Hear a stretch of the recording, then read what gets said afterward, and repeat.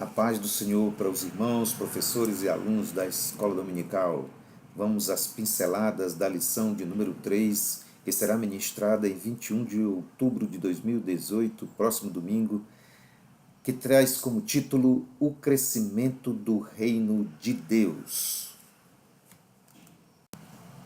A forma como você conceitua a parábola determina a contagem das parábolas nos evangelhos sinóticos. Perceba, o Evangelho de Marcos, por exemplo, da forma como você conceitua, vai ter uma quantidade de 6 parábolas, mais ou menos. Já o Evangelho de Lucas e Mateus trazem uma quantidade maior de parábolas. Então, dependendo como você conceitua, né, o Evangelho de João não traz parábolas. Daí, o que é que nós vimos no primeiro vídeo? Nós pontuamos a diferença entre parábola e comparação simples, parábola e metáfora, parábola e alegoria. Isso é muito importante. Nós trouxemos a parábola do bom samaritano como exemplo de parábola pura. E no vídeo anterior nós estudamos a lição de número 2, que trouxe a parábola do semeador. A parábola do semeador, nós dissemos que ela é semi-alegórica, ela não chega a ser uma alegoria, ela é semi-alegórica. Se ela fosse alegoria, ela não era parábola, mas alegoria. Agora nós iremos estudar duas parábolas, a do grão de mostarda e a parábola do fermento. Essas parábolas, elas são comparativas. Então, se elas fossem uma comparação simples, elas não seriam parábolas, elas seriam comparações. Mas elas não são simplesmente uma comparação.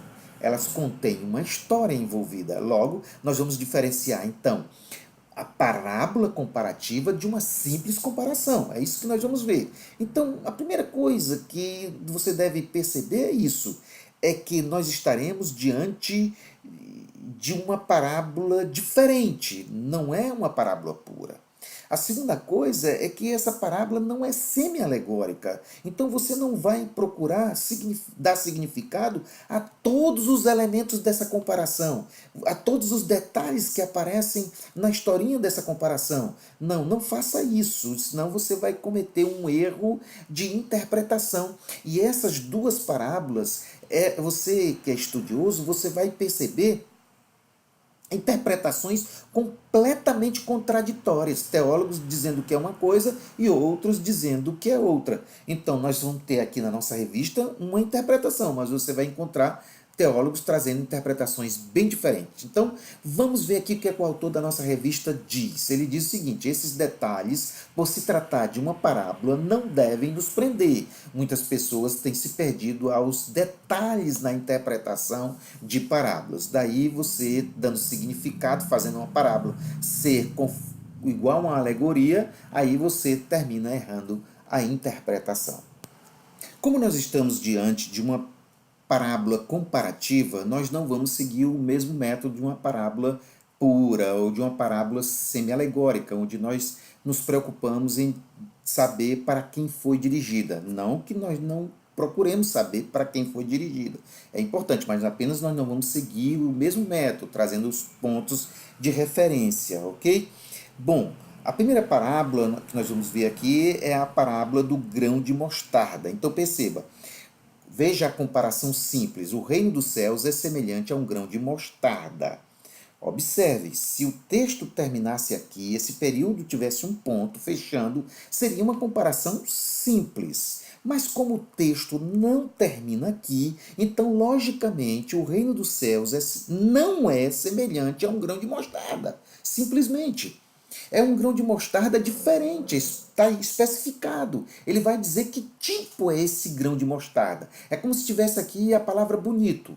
O reino dos céus é semelhante a um grão de mostarda bonito. Então, se é o bonito, não pode ser comparado ao feio, não pode ser comparado ao podre, não pode ser comparado a qualquer outro grão de mostarda, mas é o grão de mostarda bonito. Então, assim, nós temos que saber que tipo de grão de mostarda é esse. Ele falou, está especificado no texto com uma historinha, com uma circunstância, com uma situação. Veja, o grão de mostarda que um homem, pegando dele, semeou no campo, e continua a história. Então, é esse grão de mostarda. Daqui, então, nós percebemos logo de cara, ao ler essa comparação, nós percebemos logo de cara o sentido da mensagem, a lição básica, a mensagem central. Eu não preciso recorrer a detalhes minuciosos, dando significado como se faz numa alegoria ou numa parábola semi-alegórica. Nós já percebemos de cara. É como contar uma piada. Se a pessoa entende, ela ri.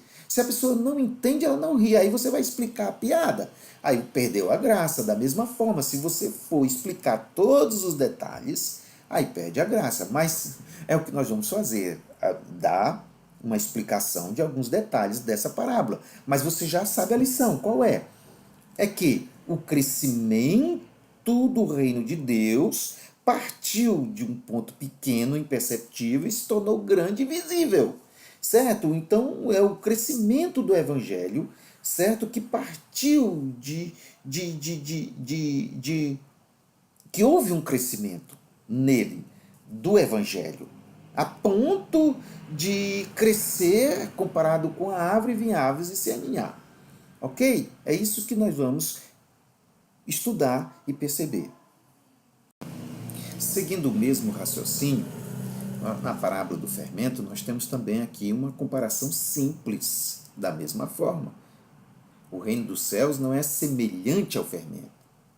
O reino dos céus é semelhante ao fermento que uma mulher toma e introduz em 3 medidas de farinha até que tudo esteja levedado. Então, fermento ao qual o reino dos céus é comparado é esse fermento que sofre esse processo de fermentação, que a mulher coloca em 3 medidas de farinha. Então, qual é a lição que nós percebemos assim de cara? A lição é que é a ação do reino dos céus no mundo.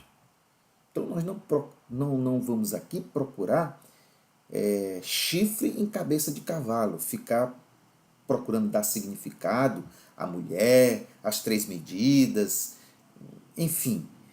Se nós temos que dar significado aos elementos da parábola, tem que ser para confirmar o sentido que a gente percebe que é óbvio. Se desvirtuar o sentido óbvio, nós vamos encontrar outro sentido óbvio de acordo com os elementos que nós vamos dando significado. Aí vai ficar óbvio. Por quê? Porque você dá outro sentido para encontrar outro sentido que fica óbvio de acordo com o significado dado. Então, e fica até descontextualizado, entra até em algumas contradições. Em virtude do tempo da postagem, continuaremos no vídeo 2. Até lá!